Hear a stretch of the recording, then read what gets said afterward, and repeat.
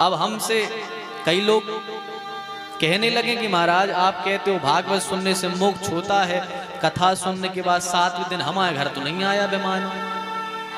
कई लोग कहते हैं कि भाई हमने भी कथा सुनी पर हमारे घर तो विमान नहीं आया, हमारा मोक्ष नहीं हुआ।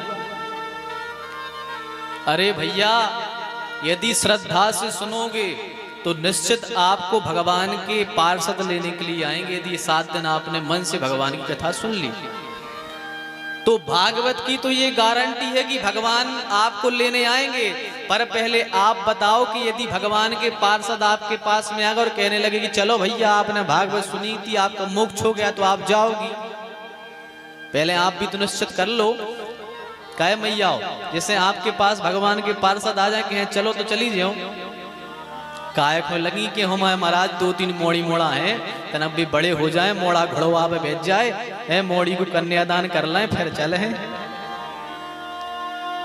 यदि भगवान के पार्षद आ जाए इनविटेशन लेके कि चलो भैया बैकुंठ में आपका स्वागत है, तो अपन भी नहीं जाएंगे, कहेंगे अभी ये हो जाए, थोड़ा सा ये काम हो जाए, बस ये हो जाए, नाती पोता थोड़े बड़े हो जाए, इनकी और विवाह देख लें, फिर चलेंगे भगवान, बुढ़ापे में आइयो। यदि भगवान आ भी जाए तो जाने को कोई तैयार नहीं है।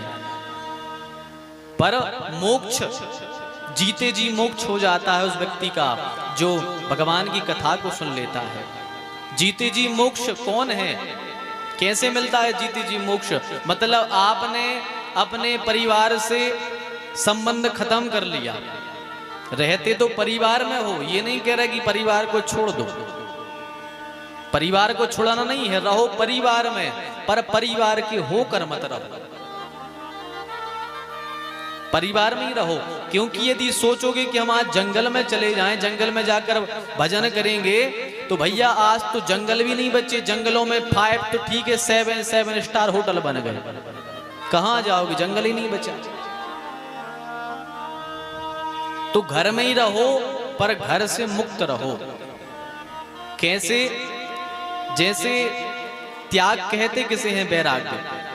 आप किसी के घर में गए, आप उसके घर में बड़ा अच्छा सोफा डला था, आप जाकर के बैठ गए, आप बैठे, आपने देखा वाह यार अच्छा है, बढ़िया मखमल लगा है, बढ़िया गद्दी लगी है, बहुत अच्छा सोफा है, आप बैठे और आप वहां से जैसे उठे घर को आने लगे, तो पता है क्या करना? आप तो सोफे पर बैठो पर इतना विरक्त हो जाओ कि सोफा आपके दिमाग पे ना बैठ पाए, मन में ये ना आ जाए कि यार ये सोफा ऐसा हमारे घर में और होता।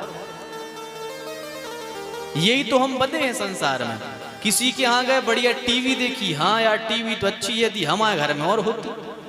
मतलब अभी तक आप उसका यूज कर रहे थे, अब वो वस्तु आपका उपयोग करने लगी, वो सोफा आपके दिमाग में बैठ गया।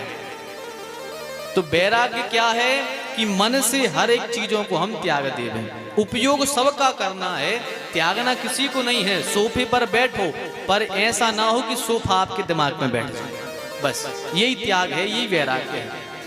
तो संसार में रहो, जीवन में रहो, अपने माता पिता की सेवा करो, अपने पति की करो, अपने बच्चों की देखभाल करो, पढ़ाओ लिखाओ सब करो, पर सबसे अपना नाता तोड़ लो, मन ही मन से। बाहर से तो खूब अच्छे से सबसे व्यवहार रखो,